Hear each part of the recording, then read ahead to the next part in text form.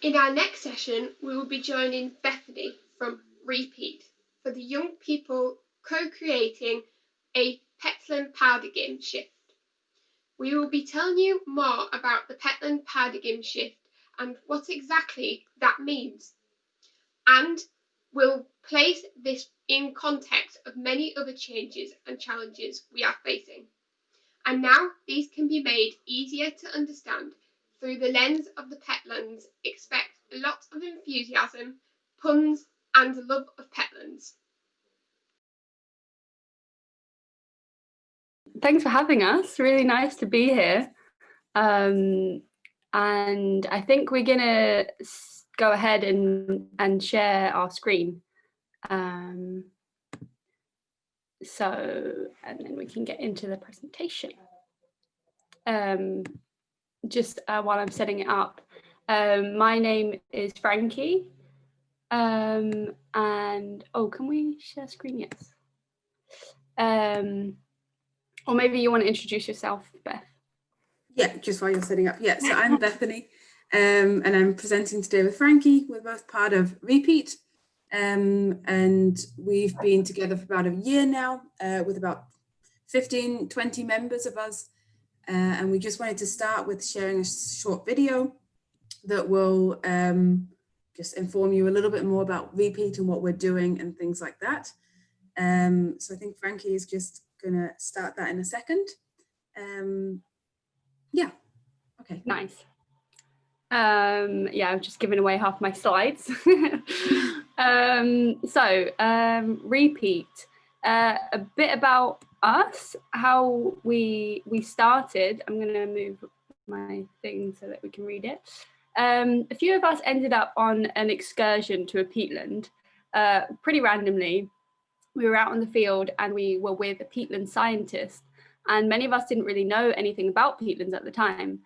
And he came with a bunch of graphs and graphics, and he started telling us all about the issue of peatlands. And we were, by the end of the 1 hour session on the peatland, we were absolutely with our mouths what? This is crazy. This is such a big issue. We were just blown away. And we were also blown away by the fact that no one really knew about it. When you hear the aviation industry, that's really bad for the climate. But he said, the emissions from draining peatlands, so draining this wetland, is 3 times the aviation industry. So it's and no one really talks about it. So it's we were kind of okay, we need to do something. So this is why we created this group. And I'm going to show you a little video which explains a little bit more, so you can watch this. Oh, okay.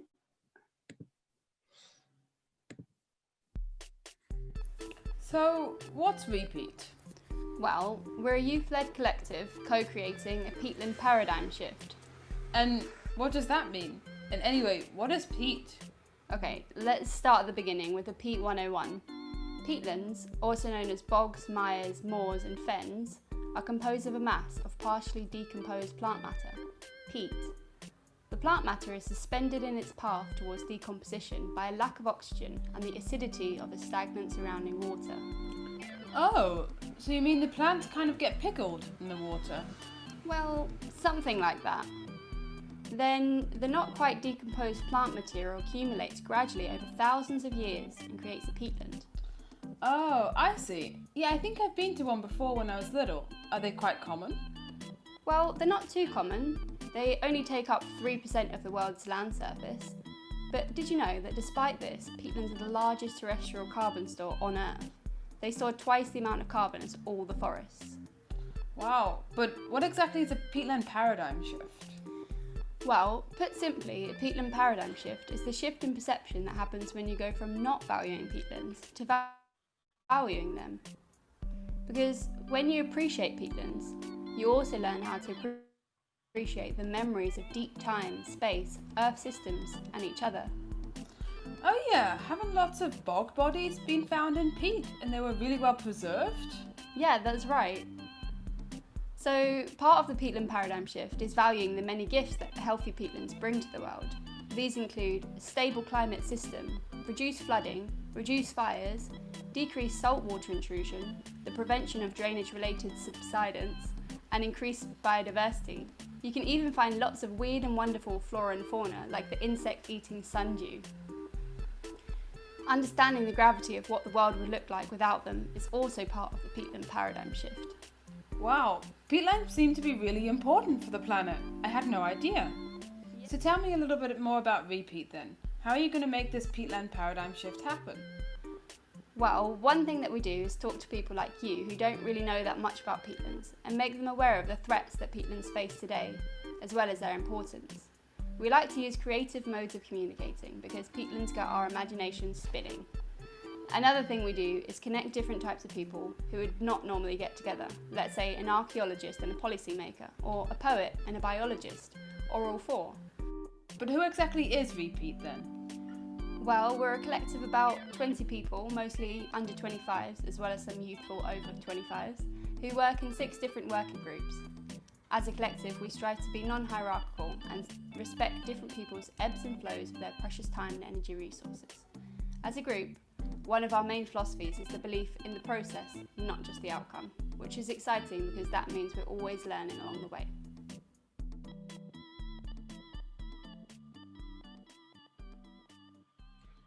Nice. Other way.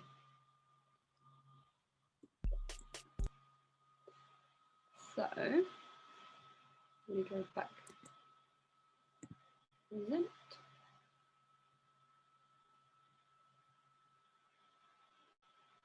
And yes. So, I hope that you got some something from that video. It's pretty hectic, but maybe just to make it a bit more explicit, we're going to just talk about some things that we've been up to in the past year since we've started. So the first thing that I wanted to talk to you guys about was the Peat-Fest that we organised.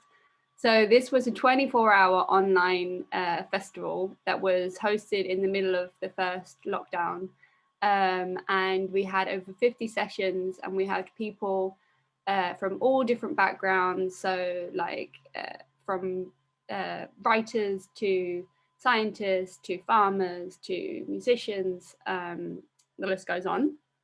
And they were all talking about peatlands from different angles.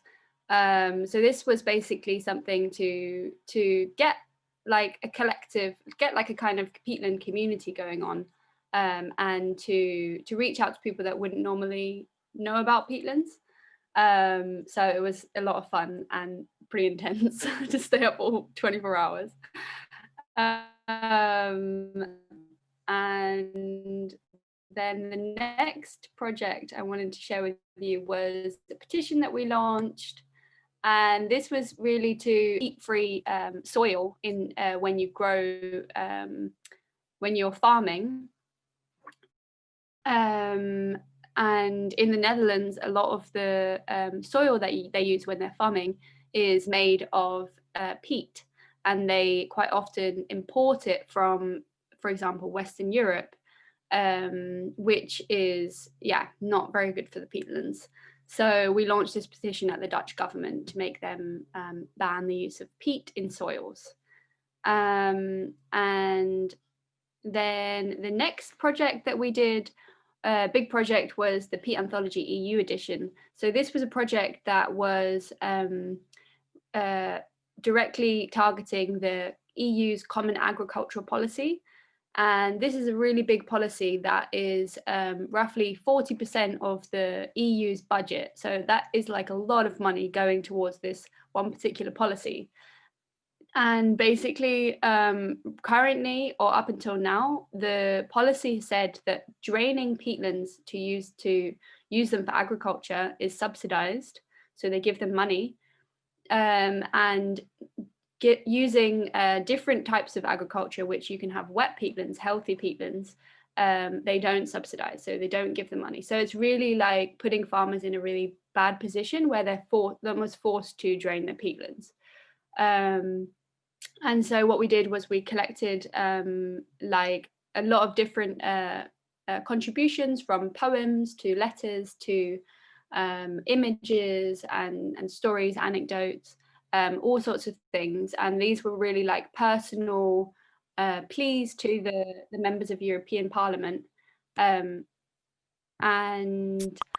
And yeah, so basically we launched that, and unfortunately the cap is not looking good right now. So the members of European Parliament have just voted on the following cap, which is actually running for the next 7 years, so it's a long time. And they haven't voted on a very good cap. So there's actually a big movement by like spearheaded by the Fridays for the Future people, and they're basically saying withdraw this cap. So that's the kind of hashtag. So if you want to tune into that, then that's really a good thing to do. And we also, just linking onto this, we want to launch a UK edition, because of course the EU is like, the UK is leaving the EU, and yeah, so basically this is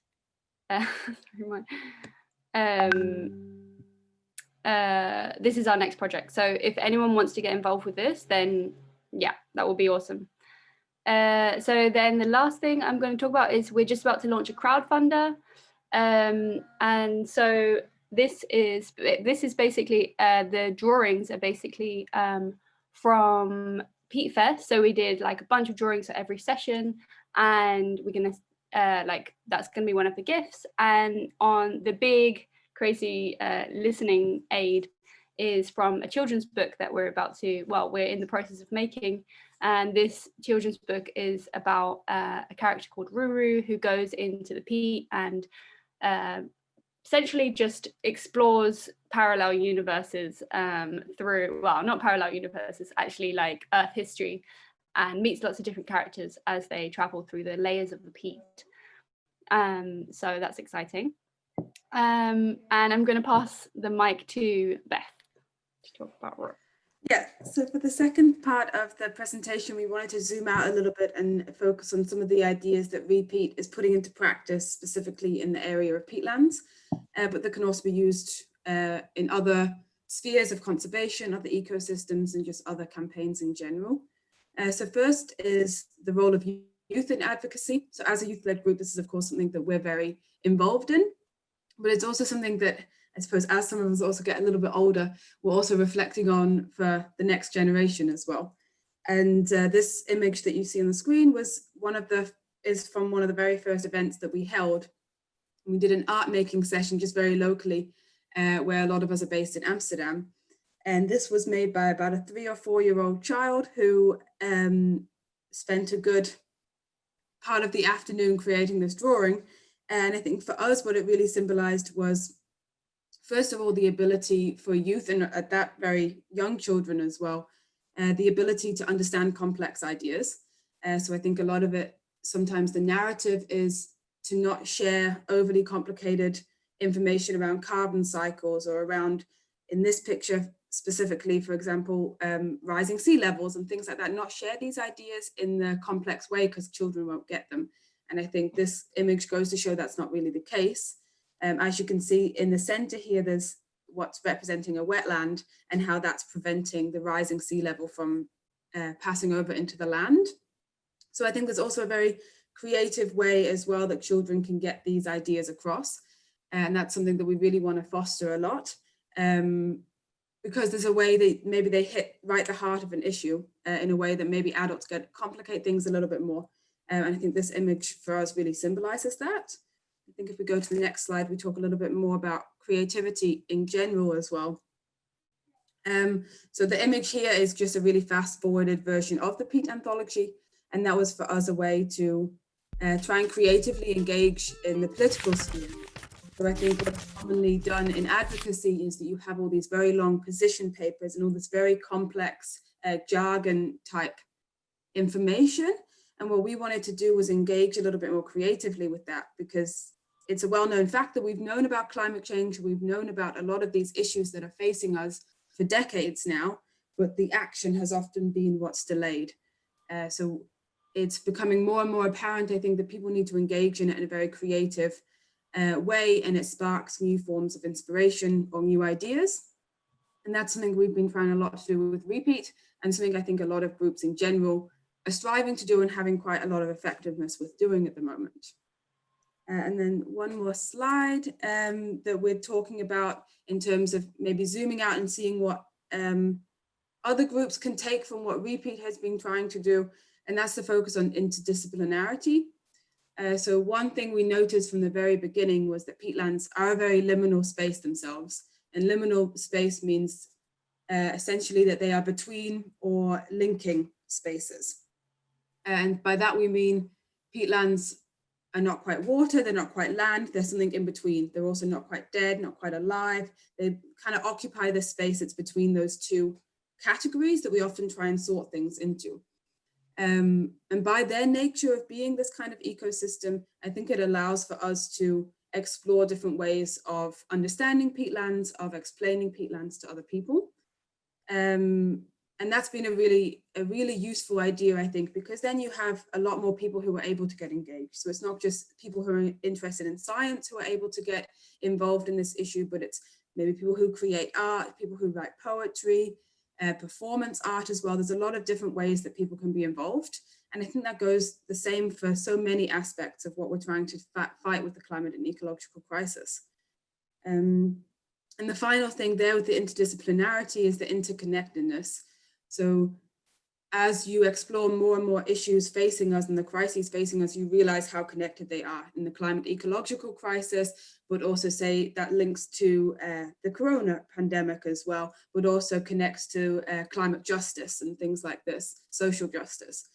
So I think when you are able to explore ideas from lots of different disciplines, it also brings in this idea of interconnectedness, and then we can't just analyze something from one perspective, but we really need to have a more holistic perspective. And again, that's something we're trying to do with RePeat, and something we think a lot of groups can have a lot of value from doing. And then we'll go on to the next slide there. So finally, we just wanted to give some more concrete takeaways from our session. So maybe we'll just start quickly first with the actions that people can take. So Frankie mentioned to you the UK Peat Anthology. So that's something we're working on at the moment to target the agricultural policy in the UK, now that it won't be part of the CAP. And as you saw, there's a lot of different submissions. So if people have a specific connection to peatlands or you want to explore it further, you're very welcome to take part in the UK Peat Anthology. And in terms of other projects, you can also follow us on social media. We have a quite exciting project coming up, which is trying to do some more work in an educational program. And so we're building that at the moment and hoping to roll that out in several schools in the coming year.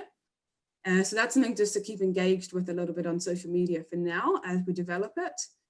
And then we're having a session at the mock COP, which some of you may already know about and maybe also signed up for. And that's where we'll be talking a little bit more in detail about the role that peatlands can have specifically in helping countries reach their climate targets, because peatlands are a massive carbon storage, so they can offer a lot in terms of nature-based solutions, for example. And our call for world leaders, this comes back again to what I was just saying, that there are so many solutions, such as peatlands, nature-based solutions, to the climate crisis. And instead of trying to find more and more newfangled ways of dealing with it, I think we just have to act on the ones that we have and act with them. And that's something we can already get started with. And that's something I would call upon more world leaders to realize, I guess, and to do. And then finally, for the vision statement, I thought I would just read briefly some of the RePeat manifesto. I realize I don't quite have time to read it all, so you can also follow this link or find it on our website. But I'm just going to read the bit on the final paragraph.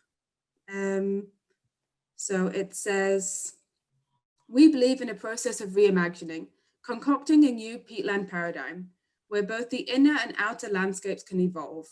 In the moment of suspending belief, in believing in the possibility of power melting underfoot, reimagining the I, the you, the she, the he, the they, the us. And while we enter the depths of pain and grief, we leave space for the steps of curiosity and coexistence. So this is from the manifesto that RePeat wrote a short while ago, focusing on our three key directions that we want to work in. So education, collaboration, and reimagination. And then we created this manifesto, which is really our vision as well, about how we want to work in the world that we want to work in. And so finally, on the final slide, you'll just see some links that you can follow to keep in touch with us a bit more. And we welcome any emails, any questions, anything like that. And we're really happy to be able to talk to you today. So thank you very much. Thank you.